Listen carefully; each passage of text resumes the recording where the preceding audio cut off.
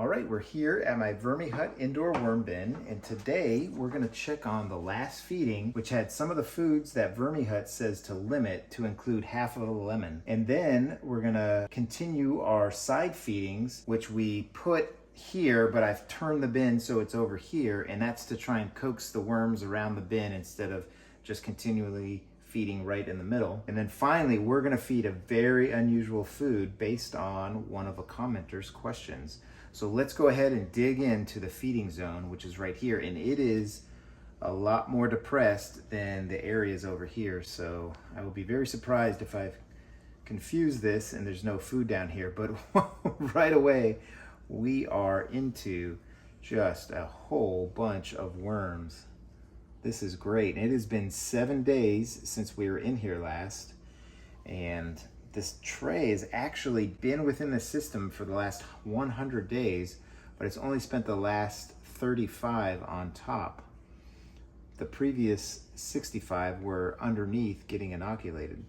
Lots of red wigglers and blue worms all throughout. This is a mix, and I think I'm seeing some juveniles, so this bin is really going.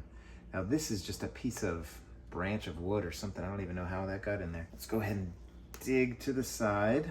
And one of the things that I noticed in my bins is that the worms kind of have a superhighway on the edges, and you often find them in the corners. So I thought maybe this side feeding would show us some more of that. And you can see the bedding, a lot of this cardboard bedding that I use is still there. And here we go. Here is the lemon. I don't know that they've gotten to it too much. It definitely looks like it's getting degraded by something. There's a worm right there in it. And the other thing is I smell just a faint smell of citrus. So that's actually a pretty pleasant smell. So we'll see how long it takes them to get to the rest of this. Just kind of put it to the side. Let's continue to dig in here. Now, surprisingly, they haven't got to as much as the food as I thought they would. And we had some other stuff in here. We had an apple, and this looks like what this is. This is the peel, and they've eaten a lot of the flesh away from it right there. A little worm ball in there. It's always surprising to me. I get worm balls on the apples, but they just don't consume them as quickly. And they are really tunneled all over this one. And then here is something. I'm not even sure what this piece of food is, but it's kind of intact. We fed garbanzo beans, we fed some pasta, we fed some strawberries, and then the normal leafy lettuce gardeny stuff that I have in here. And I think we also fed a little piece of onion. Let's keep jumping in. I think where my hand is now is where some of the spaghetti was. And I'm not seeing it, but oh man, look at that. Look at that. That is as close as we'll get to a worm ball. Oh yeah, see, look at that, right on this piece of apple. Here is the top of the apple right here, and they are just all in it. Look at that. That is just crazy. So even though these apples are slow food and it takes them a while, they really just swarm on them. Absolutely fascinating. All right, we'll put that to the side, and then let's just keep going through here. I don't think we're seeing any of the spaghetti, because we probably would have run into it by now, but we sure are running through a lot of worms. I'm surprised. I thought they would have had all the food eaten and then they would be on their way somewhere else by now, but clearly there was a lot of food in there. Look at that. Just teeming with worms. All right, last little handful, I think, for this feeding. And yep, looking good. So I'm gonna kind of undercut right here, and I'm gonna fill back in where this was, and then I'll kind of put some of that food right back in this side so we can keep trying to identify it if it stays long. So here goes the apple, or one of the apples that we had. Here is the lemon, and then here is the mystery.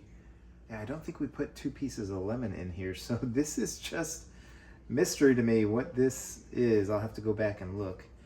And I think that's kind of all the hard stuff or food stuff I could tell. And then certainly just lots of worms. So we'll put them back. Oh man, look at this. I think that's the other apple. Just amazing. It's like spaghetti worms here.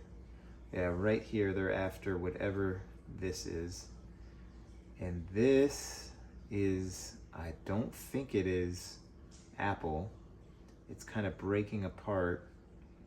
I don't know if this is just mashed together spaghetti or possibly some of the garbanzo beans pushed together, but whatever it is, these worms certainly enjoy it. They like their carbs. I don't even know, are garbanzo beans carbs? I know spaghetti is. All right, we'll go ahead and dig through the rest of the bin, and I don't expect there to be a whole lot of worms through here, but there probably are some, because certainly all the food is not eaten out of here. And sure enough, we're still seeing a lot of the bedding and the food scraps that we've put in from previous feedings. I'm really running out of room in here, in fact in all my bins, because these worms are just consuming food quickly and I'm adding a lot of bedding. I don't know that I'll be able to get all the way to the bottom, but certainly you can see it's kind of just like my tiny worm bin. This is, you know, maybe a week behind. It clumps together, but then it flakes apart. All right, I'm just gonna go ahead and dig everything else up, and then we'll put in the feeding.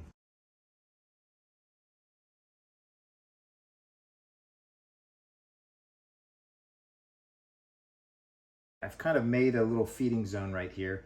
I don't think I'm gonna put as much bedding as I have been in the past because I'm just frankly running out of room in this tray. And what I may have to do pretty soon is just put this tray down below to be the next harvesting tray and bring an inoculating tray up. So let's go ahead and add just a little bit of bedding before we add our feeding. All right, my bedding of choice is shredded cardboard, which I shred in my 12 sheet crosscut shredder. And I've got affiliate links for that shredder. It does really well and just swallows this cardboard, no problem. And then here's what we had in mind for the feeding. Because that was kind of thick feeding over there and they were still working it, we're just gonna put in some leafy greens and some banana peels. And I've got some bok choy from the garden, a little bit of dill. So I wonder if that'll give a faint little odor. We've got another apple, sliced apple, so we'll see if that creates a worm ball in another couple of weeks. And then just lots of banana peels that will, again, take a little bit longer. They're kind of a slow food for the worms to consume all the way down. And then let's go ahead and talk about the one mystery food we're gonna put in here. Now, one of the commenters, Lisa Potter, asked, does anyone know if worms will eat a Kombucha SCOBY?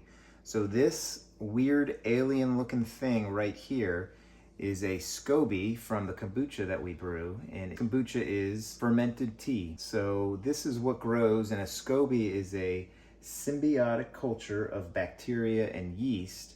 And this little SCOBY right here is what ferments the tea. So what I've done is I've cut a little section of it and we're gonna put that in the bin. Now you probably hear me talk about not wanting the bin to ferment, that kind of thing, and now I'm putting in a piece of fermented SCOBY. But I did some internet searches and I couldn't find anywhere that it talked about kombucha SCOBYs going in a worm bin. So we're gonna go ahead and do that. And you know what? I should probably put something over it so I can identify it easier.